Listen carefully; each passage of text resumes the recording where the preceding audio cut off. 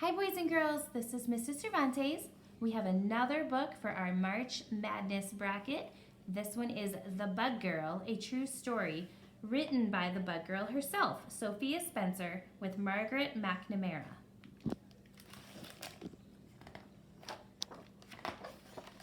The first time I made friends with a bug, I was 2.5 years old. My mom took me to a butterfly conservatory, which is like a zoo for butterflies. As soon as we got there, a butterfly perched on my shoulder. It flitted onto my hand and my foot, my elbow and my head, even my nose. It stayed with me the whole time we were there.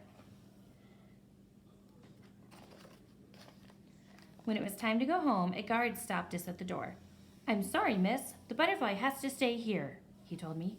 "Say goodbye to the butterfly," said my mom, but it did not move. Carefully, gently, the guard took the butterfly from my shoulder, and after a moment, away it flew. "Bye-bye, butterfly," I said. From that day on, I was bug crazy. Other kids liked storybooks. I liked bug books. Other kids watched cat videos. I watched bug videos, over and over and over. I noticed bugs everywhere I went. By the time I turned 5, I knew a lot about bugs. There are billions of bugs on our planet. Bugs have been on Earth way longer than humans have. They live on every continent, even Antarctica. One way or another, most plants and animals rely on bugs to survive. The scientific name for bugs is arthropods, but I call them bugs for short. In kindergarten, nobody minded that I loved bugs. When the other kids in my class started a karaoke club, I started a bug hunter club. Every weekend, my friends and I took our bug buckets and nets and magnifying glasses out to the stream near my house. We collected fireflies and watched them glow. We identified beetles by their 2 sets of hidden wings and counted the spots on ladybugs. We watched dragonflies hover like helicopters. We even collected stink bugs, which really can stink. I took the bugs home to study them. Mostly, I had to keep them out on the porch so they wouldn't escape and crawl around the house. It's just Mom and me at home, so we share chores. Mom has a lot of rules. Make your bed, pick up your clothes, keep your room neat, no ants in the house, unless they're in an ant farm. I have just one rule. All bugs must live. If there's mosquito buzzing, I snatch it up in a napkin and let it go. We don't have a fly swatter. We have a fly net. One night, my mom saw a water bug, a giant flying roach, in the middle of the living room. She knew the bug rule was important to me, so she didn't kill it.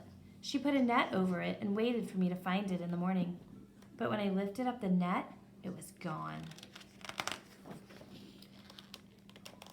When I got to 1st grade, everything changed. Nobody wanted to hear about bugs. Nobody thought bug facts were cool. At first, I didn't mind. Then I brought a grasshopper to school. I thought the kids would be so amazed by the grasshopper that they'd want to know all about it. But they didn't. A bunch of kids crowded around me and made fun of me. "Sophia's being weird again," one of them said. "Ew, gross," said another. "Get rid of it." Then they knocked that beautiful grasshopper off my shoulder and stomped on it till it was dead. That night I went home and cried and cried. "Those kids are wrong," my mom said. "It's okay to love bugs, Sophia." "I know," I said. "It just doesn't feel like it." I had to go back to school, but I didn't bring a bug with me ever again. That didn't stop kids from making fun of me.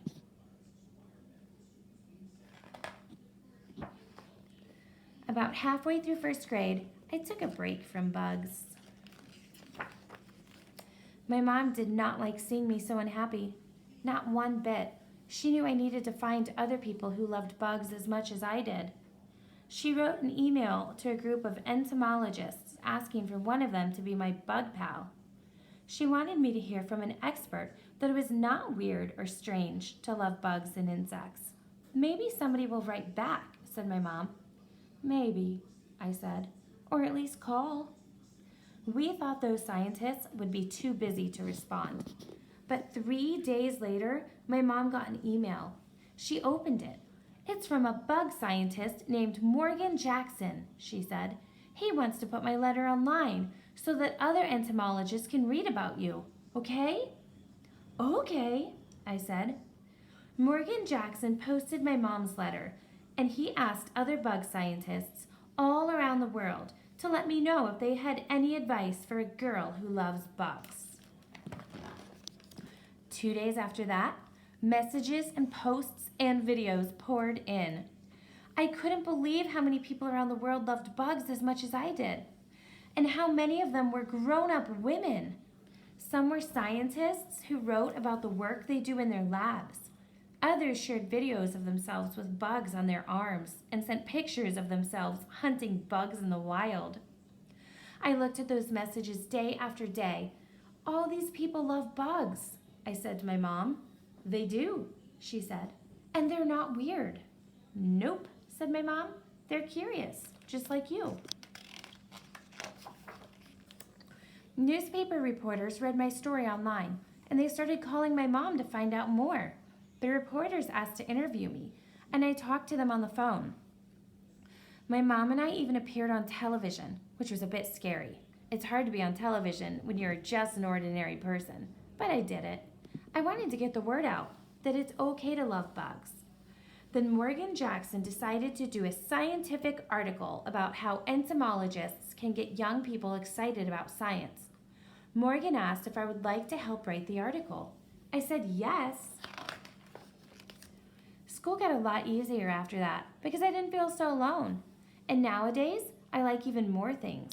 Gymnastics, time travel books, swimming, and technology. But not too long ago, when somebody asked me to describe myself in 3 words, I said, the bug girl. That's because I'm happiest when it's just me, a few green leaves, some drops of water, and a bug to keep me company.